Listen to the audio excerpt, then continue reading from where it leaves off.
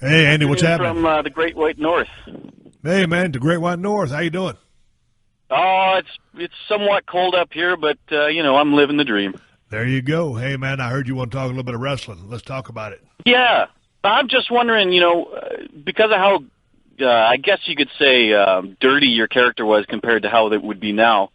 Where would you see yourself being 25, 26, 27 and coming up through the system? Because I'm not 100% sure the character you were in the mid to late 90s could essentially work in this sort of new wave of PG era.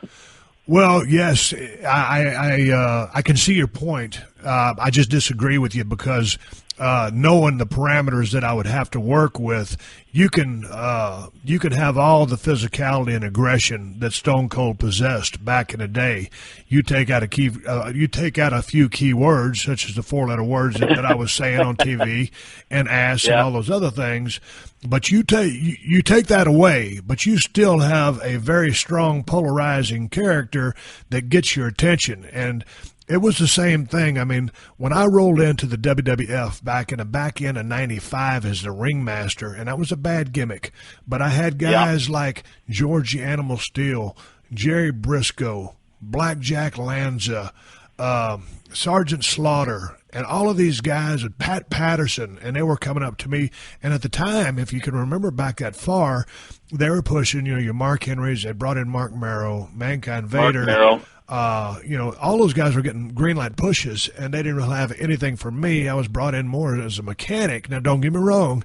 They put one of my favorites of all time, WWE Hall of Famer Ted DiBiase, as my manager, but I was basically a deaf mute.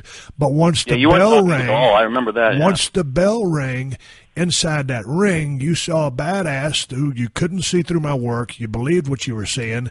And so all I needed to do was come up with the right gimmick. The right gimmick was the Stone Cold Steve Austin thing.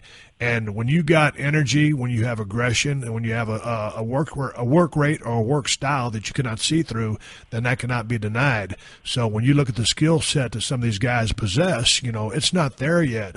Understand that when I got into the WWF, I'd already been working 7.5 years, 7.5 long years on the road. So I was ready to go.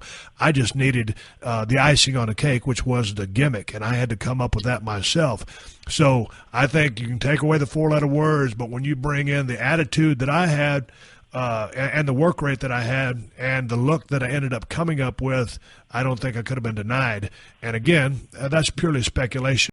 My run ended when it did, but you take Stone Cold right now and you think about the match, WrestleMania 17, for example, WrestleMania 13 with Bret Hart, or some of the stuff with Kurt Angle from the pay-per-view in 2001, you take that guy, you take that work, you put him in today's system and tell me how he fails.